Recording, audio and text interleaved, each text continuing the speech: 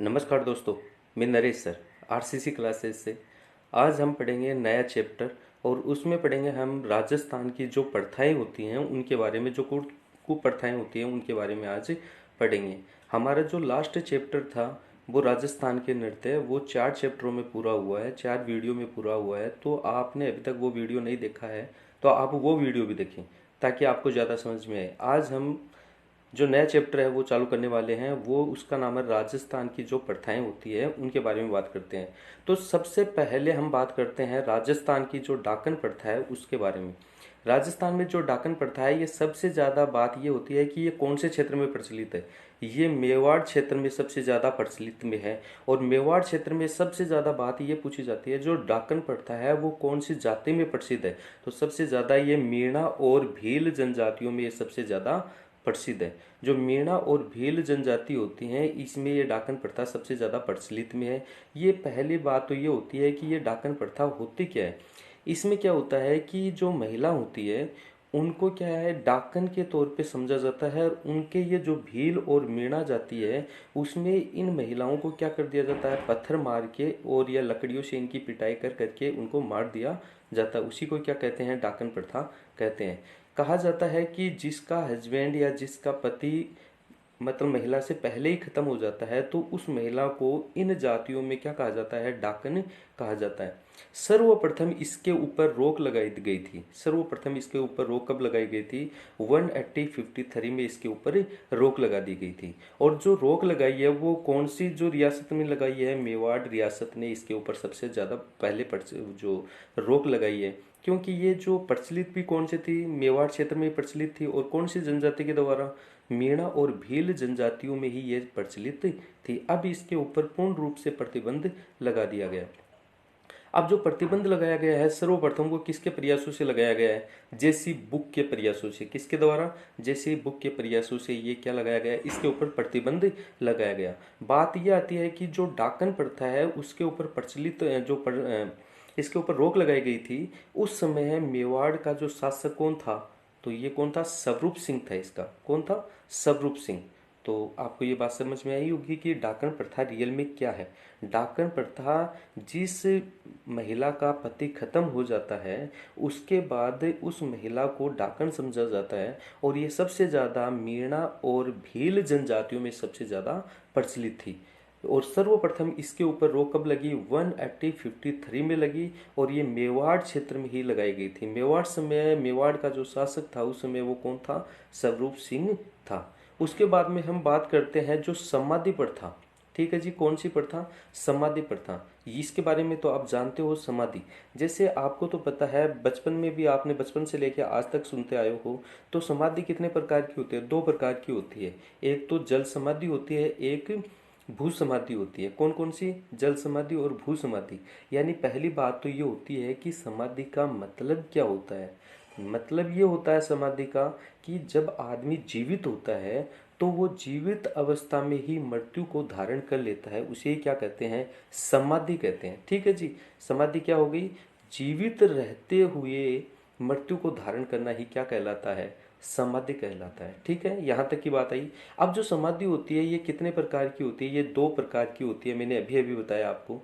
एक तो जल समाधि होती है, एक होती है भू समाधि यानी मिट्टी की समाधि, यानी मिट्टी के अंदर जो समाहित हो जाता है उसी को ही समाधि कहते हैं। ठीक है, सर्वप्रथम इसके ऊपर रोक लगाई गई थी। कब लगाई गई, 1844 में लगाई गई। और कहाँ लगाई गई, आमेर में।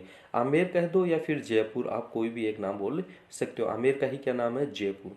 और किसके द्वारा लगाई गई, ये राम सिंह सेकंड के द्वारा लगाई गई। तो पूछ लिया जाए कि आपको जो समाधि प्रथा है ये कहाँ की प्रचलित है सबसे ज़्यादा, तो ये कहाँ की है, आमेर में है। और आमेर में ही इसमें क्या लगाई गई थी, रोक लगाई गई थी जयपुर में 1844 में। उस समय यहाँ का जो राजा है वो कौन था, राम सिंह सेकंड। इसके ऊपर एक अधिनियम भी बनाया गया था, वो अधिनियम कौन सा है, ठीक है, 1861 का वो अधिनियम बनाया गया है। और इस अधिनियम की बात करते हैं, अधिनियम 1861 में उस समय जयपुर का जो पीए है वो कौन था, लुडलो ने की थी। ठीक है। इसके बाद में बात करते हैं जो सागड़ी प्रथा। अब सागड़ी प्रथा के दो तीन नाम और अलग से हैं, इसके उपनाम है। सागड़ी प्रथा बोल दो, या बंधुआ मजदूरी बोल दो आप, या हाली प्रथा, तीनों को एक ही नाम है। बंधुआ मजदूरी तो ये तो नाम आपने काफी सुना होगा, लेकिन सागड़ी प्रथा या हाली प्रथा इसका नाम नहीं सुना आपने। तो चलो, इनके तीनों नाम ही क्या होते हैं, एक के ही ये क्या है, तीनों नाम है। इसके ऊपर भी क्या लगाया गया था, अधिनियम बना के इसके ऊपर रोक लगाई गई थी 1961 में। अब ये बंधुआ मजदूरी होती क्या है पहली तो, या सागड़ी प्रथा क्या होती है। इसमें क्या होता है कि यदि कोई किसान या कोई मजदूर आदमी है, कोई सामंत से धन ले लेता है, मतलब उधार पे ले लेता है, यदि वो नहीं चुका पाता उसको, तो उसको, और यदि उसकी मृत्यु के बाद में उनके जो पुत्र होते हैं उनको इन सामंतों के घर बिना पैसों के काम करवाना पड़ता था। उसे क्या कहते हैं, बंधुआ मजदूरी कहा जाता है। ठीक है जी, ये बात आई आपके समझ में। इसके बाद में हम बात करते हैं जो दहेज प्रथा है उसके बारे में बात करेंगे। तो दहेज प्रथा क्या है, ठीक है जी। अब दहेज प्रथा है, इसके बारे में तो आपको नॉर्मल आपको पता है कि जो दहेज प्रथा है ये है क्या, आज भी हमारे समाज में ये प्रचलित में है। दहेज का मतलब ये होता है जब किसी की पुत्री का विवाह होता है, उस पुत्री के विवाह के ऊपर पुत्री के को दिया जाने वाला कुछ धन ही क्या कहलाता है, दहेज प्रथा कहलाता है। लेकिन आज भी हमारे देश में दहेज प्रथा प्रचलित है, चाहे आप किसी भी क्षेत्र में चले जाओ। लेकिन इसके ऊपर, दहेज के ऊपर, दहेज प्रथा के ऊपर सरकार के द्वारा क्या लगा दी गई थी, पाबंदी लगा दी गई थी। इसके ऊपर इसका निवारक अधिनियम बनाया गया था। वो कब बनाया गया, 1961 में इसके ऊपर बनाया गया था। ठीक है जी। जो बात ये आती है नोट करने के लायक, यहाँ से क्वेश्चन बनता है बहुत बार कि भारत का प्रथम दहेज मुक्त गांव कौन सा बना। भारत का प्रथम दहेज मुक्त गांव कौन सा बना, तो वो नीलांबर है, केरल का। अब राज्य पूछ ले तो कौन सा है, केरल, और गांव पूछ ले तो कौन सा है, नीलांबर। इसका आपको विशेष तौर पे ध्यान रखना है। तो दहेज प्रथा के बारे में आपको पता चल गया। यह प्रथा आज भी हमारे समाज में प्रचलित है, ठीक है। लेकिन इसके ऊपर रोक लगा दी गई थी कब, 1961 में। ठीक है जी। इसके बाद में बात करते हैं नाता प्रथा। तो नाता प्रथा के बारे में आपको लगभग को पता है, लेकिन यदि नहीं पता है तो और भी मैं बात करता हूँ इसके बारे में। यह एक प्रकार का संबंध होता है। संबंध का मतलब तो आप सब समझते होंगे। संबंध का मतलब होता है एक दूसरे के साथ रिलेटिव में आ जाना, या संबंध होता है। ये सर्वाधिक किन में प्रचलित होता है, ये सर्वाधिक जो आदिवासी जो मानव होते हैं, आदिवासी जो लोग होते हैं, जनजाति होती है, उनमें ये सबसे ज्यादा प्रचलित है। कौन सा, जो नाता प्रथा है, ये सबसे ज्यादा प्रचलित का है, आदिवासियों लोगों में प्रचलित है। और ये क्या होती है इसके बारे में आप सुनो।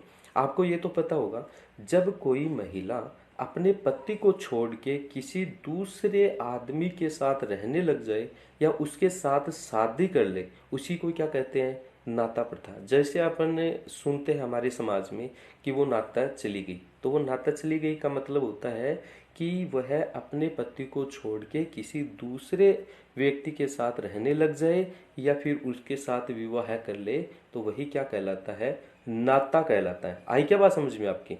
तो आगे की बात करते हैं। जो नाता के बाद में जो आगे जो प्रथा है उसके बारे में बात करते हैं, वो है बेगार प्रथा। कौन सी, बेगार प्रथा। ये बेगार प्रथा क्या है इसके बारे में समझो आप पहले तो। बेगार प्रथा के बारे में बात करते हैं। तो जो बेगार प्रथा है ये क्या है, बेगार प्रथा का मतलब होता है कोई व्यक्ति किसी व्यक्ति से काम करवा लेता है और उसे उसकी मजदूरी न देकर, उनकी मेहनत न देकर उसको वहां से भगा देता है। यानी कहने का मतलब होता है मजदूरी को, जो मजदूर होता है उसको मेहनत के बदले या मजदूरी के बदले कोई रुपये पैसा नहीं देता है, उसे क्या कहते हैं, बेगार कहा जाता है। ठीक है जी। अब इसके ऊपर भी क्या बनाया गया था, हमारी जो सरकार है उसने एक अधिनियम बना दिया गया था। अधिनियम का मतलब होता है कानून। कब बना दिया गया था, 1876 में बना दिया गया था। और इसका क्या नाम था, बंदित श्रम पद्धति अधिनियम। याद रखना आपने, जो बेगार क्या होती है, किसी व्यक्ति से काम करवा लेना लेकिन उसके एवज में रुपए पैसे धन न देना ही क्या कहलाता है, बेगार कहलाता है। इसके ऊपर सरकार ने नियम बनाया था, अधिनियम बनाया था, कानून बनाया था। वो कौन सा था, 1876 बंदित श्रम पद्धति अधिनियम बनाया गया था। ठीक है जी, बेगार को आपको याद हो जाएगा। ऐसी इस टाइप से हम जो आगे की जो प्रथा है उसके बारे में बात करते हैं, वो होती है आन प्रथा। अब इस आन प्रथा के बारे में बात करेंगे तो आन प्रथा रियल में है क्या चीज़, उसके बारे में देखते हैं। आन प्रथा क्या है? आन बान शान बोलते हैं ना इसे, तो वही आन है। ये सर्वाधिक कहाँ की प्रचलित है? ये मेवाड़ क्षेत्र की सबसे ज़्यादा प्रसिद्ध है आन प्रथा। ये होती क्या होती है? जैसे कोई मेवाड़ का कोई शासक होता है, उस शासक के प्रति भक्ति भाव की शपथ लेना ही क्या कहलाता है?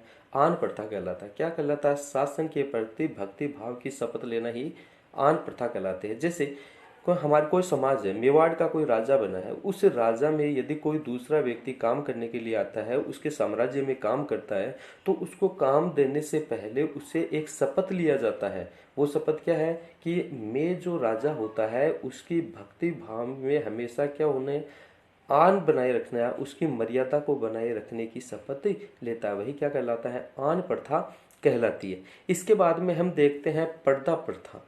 जो पर्दा होता है, जैसे घूंघट बोलते हो आप, जो घूंघट होता है उसी को क्या बोलते हैं? पर्दा प्रथा। अब ये बात होती है, ये हिंदुओं में नैतिक नियम है। भाई हिंदुओं में ये क्या है? नैतिक नियम है। आज भी हमारे समाज में ये जो पर्दा प्रथा है ये चलती आई है। जैसे आप जो कोई भी नॉर्मल सा परिवार होता है, जैसे कोई भी गांव है, विलेज है, उसमें आज भी ये क्या है? ये प्रथा चालू है।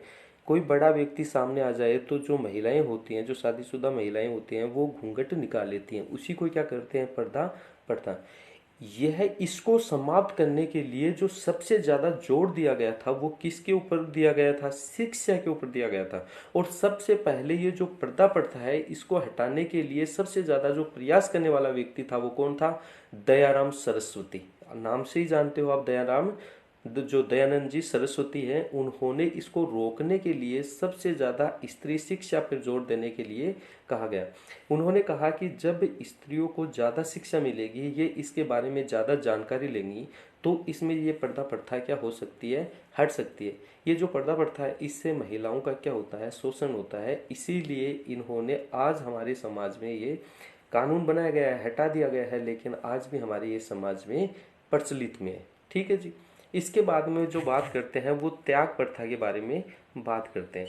ये त्याग प्रथा क्या होती है इसके बारे में देखते हैं। ठीक है जी। जो त्याग प्रथा है इसके बारे में देखें। ये सर्वाधिक प्रचलन कहाँ होता है? त्याग प्रथा। त्याग प्रथा का सर्वाधिक प्रचलन है ये मेवाड़ क्षेत्र में। कहाँ का क्षेत्र है? मेवाड़ क्षेत्र में ये सबसे ज़्यादा प्रचलित में है। और ये क्या है इसके बारे में देखो। ये जो त्याग प्रथा है ये क्या है? त्याग प्रथा का मतलब होता है जो पुत्री के विवाह के ऊपर दो तीन जो जनजातियां ऐसी हैं वो क्या होती है? मुंह मांगा क्या मांगती है? धन मांगती है लड़की वालों से। ये एक प्रकार का दहेज प्रथा के अनुसार ये, लेकिन ये जनजातियों में किया जाता और दहेज प्रथा तो हर जाति में प्रचलित है। इनमें सबसे ज्यादा जो ढोली जाति है, चारण है और भाट जाति है। ढोली, चारण और भाट जो जनजातियां होती हैं, ये पुत्री के विवाह के ऊपर मुंह मांगा क्या मांगती हैं? दान लेती हैं, यानी मुंह मांगा दान दिया जाता है। उसी को क्या कहते हैं? त्याग प्रथा करते हैं। सर्वप्रथम इसके ऊपर भी रोक लगा दी गई है। आज जैसे लगभग जितने भी राजस्थान में जो प्रथाएं चल रही हैं, लगभग के सब के ऊपर सरकार के द्वारा रोक लगा दी गई है, लेकिन फिर भी ये चलती रहती हैं। ठीक है। तो ये जो त्याग प्रथा है इसके ऊपर भी रोक लगा दी गई थी। कब लगाई गई थी? 1833 में लगाई गई थी। और कहाँ लगाई गई थी? ये कोटा रियासत में लगाई गई थी। कहाँ लगाई गई थी? कोटा रियासत में लगाई गई थी। अब बात आती है कि इसके ऊपर 1833 में तो क्या लगाई थी? रोक लगा दी गई थी, लेकिन इसके ऊपर संपूर्ण रूप से पाबंदी कब कर दी गई थी? 1841 1841 में कर दी गई थी। वालकट हितकारिणी सभा के द्वारा ये की गया था। ठीक है जी।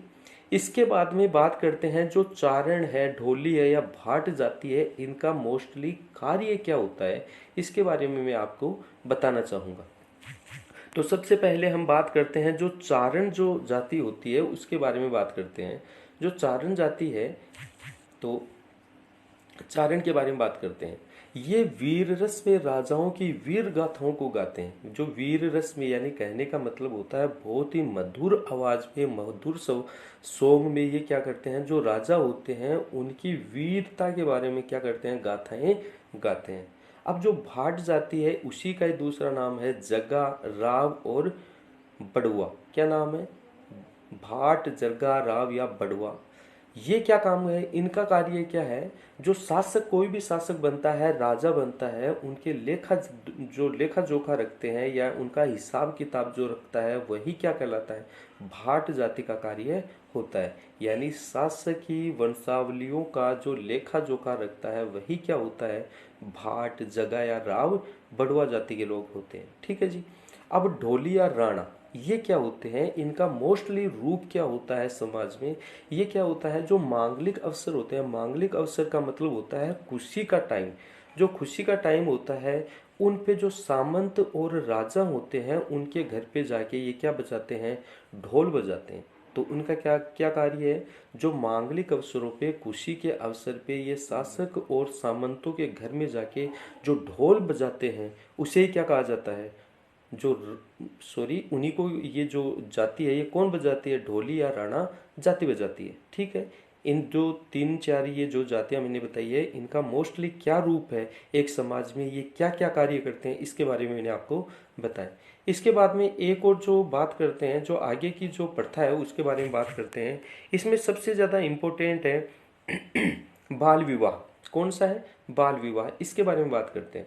जो बाल विवाह है इसका तो आज भी आपको प्रचलन है, आज भी ये हमारे समाज में प्रचलित है। बाल विवाह का मतलब क्या होता है कि सरकार के द्वारा एक नियम बनाया गया है, उस नियम की बात करता हूँ। तो सबसे पहली बात आती है कि नॉर्मल आप सब लोगों को पता है कि आज जो विवाह करते हैं उस विवाह की रियली उम्र क्या होती है? सबसे पहले बात ये होती है कि जो लड़के की उम्र निर्धारित की गई है वो कितनी की गई है? 21 वर्ष। और जो महिला होती है इसकी जो विवाह की निर्धारित आयु कितनी की गई है? 18 वर्ष। ठीक है जी। यदि 21 और 18 वर्ष से पहले यदि बच्चों की शादी हो जाती है, एक विवाह का बंधन बांध दिया जाता है, उसे क्या कहा जाता है? बाल विवाह कहा जाता है। चलो इसके बारे में बात करते हैं। विवाह के नियम के अनुसार यह उम्र है, जो विवाह की नियत उम्र यानी लड़के की उम्र 21 वर्ष और लड़की की उम्र 18 वर्ष। इससे पहले यदि विवाह का होना ही क्या कहलाता है? बाल विवाह कहलाता है। ये सर्वाधिक कब किए जाते हैं? ये इंपॉर्टेंट बात है। ये सर्वाधिक कब किए जाते हैं? बैसाख शुक्ल तृतीया को ये किए जाते हैं। जैसे हम अपनी भाषा में उसे क्या बोलते हैं? आखा तीज को बोल देते हैं या फिर अनबुझ सावा बोल देते हैं। जैसे शादियों का माहौल चलता है तो सबसे ज़्यादा जो शादियां होती हैं वो अनबुझ सावा पे होती हैं। जो बाल विवाह होते हैं वो कब होते हैं? अनबुझ सावा पे होते हैं या आखा तीज पे होते हैं। इसके लिए भी एक कानून बनाया गया था हमारे जो समाज है इसमें, जो सरकार के द्वारा निवारक अधिनियम कानून बनाया गया। कब? 1929 में ये कब बनाया गया? कौन सा एक एक्ट के तहत बनाया गया था? शारदा एक्ट। और इसको जो शारदा एक्ट है ये किसने बनाया था? हरविलास शारदा ने ये कानून, ये जो एक्ट है ये बनाया था। अब जो निवारक अधिनियम कानून 1929 है ये लागू कब हुआ? 1930 में। इसमें जो आयु निर्धारित की गई थी वो आयु देखो आप, इसमें लड़के की आयु 18 वर्ष की गई थी और लड़की की आयु 14 वर्ष की गई थी। तो आई क्या बात समझ में आपके? इसके बारे में थोड़ी और बात कर लेते हैं। तो सबसे पहले मेरे को ये बताओ कि जो बाल विवाह है इसके सबसे ज़्यादा ये कब किया जाता है? ठीक है जी। जो बाल विवाह है ये सबसे ज़्यादा प्रचलित में कब आता है या कब किया जाता है? तो आप बताओ मेरे को। तो अनबुझ सावा पे या आखा तीज पे किया जाता है, बैसाख शुक्ल तृतीया को ये किया जाता है। ठीक है जी। अब इसके बारे में जो आगे की बात है, थोड़ी और बात है इसके बारे में करते हैं। सर्वप्रथम इसके ऊपर रोक लगा दी गई, यानी वर्तमान में इसके ऊपर सबसे पहले जो रोक लगाई गई है वो कब लगाई गई है जी? ये सर्वप्रथम रोक लगाई 1885 में, इसके ऊपर रोक लगा दी गई। और कहाँ लगाई गई? जोधपुर में लिए लगाई गई। जोधपुर का ही दूसरा नाम बोलते हैं मारवाड़ रियासत। तो सबसे पहले जो लगाई गई कहाँ लगाई गई थी? मारवाड़ रियासत में लगाई गई थी। उसमें जो जोधपुर होता है उसका जो पीओ होती, जो पीएम होता है वो कौन होता है? जोधपुर का पीएम सर प्रताप। कौन होता है? सर प्रताप होता है। उसमें जो जोधपुर का जो शासक होता है, जो राजा होता है वो कौन होता है? जसवंत सिंह सेकंड। कौन था? जसवंत सिंह सेकंड। तो जसवंत सिंह सेकंड के जो समय है उसी में ही इसके ऊपर क्या लगाई गई थी? रोक लगाई गई थी। किसके ऊपर? बाल विवाह के ऊपर। उसके बाद में हम बात करते हैं जो विधवा विवाह। अब विधवा विवाह क्या होता है भैया? सबसे पहले तो आप मेरे को ये बताओ कि विधवा विवाह क्या होता है। तो सबसे पहले विधवा विवाह का मतलब होता है विधवाओं को सामाजिक न्याय दिलाने तथा विधवा पुनः विवाह बनाया गया। यानी जो महिला होती है, उनके पति की डेथ हो जाती है, उसके बाद में उनको कोई अधिकार नहीं दिया जाता है कि वो एक समाज में एक बुरी नज़र से उन महिलाओं को देखा जाता है। इसीलिए एक नियम बना गया था कि जिसके क्या होता है कि पति की डेथ हो जाती है, तो वो क्या करते हैं, उनका दोबारा विवाह करा दिया जाए। ठीक है जी। जो दोबारा विवाह किया जाता है उसी को क्या कहते हैं, विधवा विवाह कहा जाता है। जो विधवा विवाह है, ये जो पुनः विवाह जो अधिनियम लगाया गया वो कब लगाया गया? 1856 में 1856 में लॉर्ड कैनिंग ने लगाया था। तो ये पहली बार तो जो विधवा विवाह है ये विधवाओं के सामाजिक न्याय दिलाने हेतु विधवा पुनः विवाह अधिनियम बनाया गया था। और ये किसके द्वारा लागू किया गया? 1856 में लॉर्ड कैनिंग के द्वारा ये लागू किया गया। और किसके प्रयासों से ये लागू हुआ? ये लोग ऐसे तो नहीं लगाने वाले थे, ये अंग्रेज लोग थे, ऐसे तो नहीं लगाने, लेकिन इसके ऊपर सबसे ज्यादा जो प्रयास करने वाला व्यक्ति था वो कौन सा था? ईश्वर चंद विद्यासागर। कौन था? ईश्वर चंद विद्यासागर।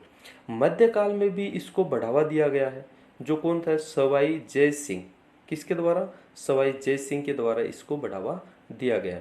तो ये बात आपको समझ में आई। इसके बाद में बात करते हैं, जो ये सवाई जय सिंह है ये तो आपको पता है आमेर के हैं। आमेर का मतलब जयपुर के रहने वाले थे। इसके ऊपर जो विधवा विवाह है इसके ऊपर एक बुक भी लिखी गई है। उस बुक का क्या नाम है? यानी विधवा विवाह उस बुक का नाम है। और ये किसके द्वारा लिखी गई? चांदकरण शारदा के द्वारा ये लिखी गई। किसके द्वारा लिखी गई? चांदकरण शारदा के द्वारा ये बुक लिखी गई थी। ठीक है जी। अब इसके बाद में बात करते हैं, तो जो अगला वीडियो है वो मैं जल्दी ही लेके आने वाला हूँ। आज हम इतनी ही जो होती हैं हमारी जो प्रथाएं होती हैं उनके बारे में बात करते हैं। और जो आगे की जो प्रथाएं होती हैं मैं कल के वीडियो में आपको पूरा बता देंगे। इस जो प्रथाएं, राजस्थान की जो प्रथाएं हैं, इनके केवल 2 ही वीडियो बनेंगे।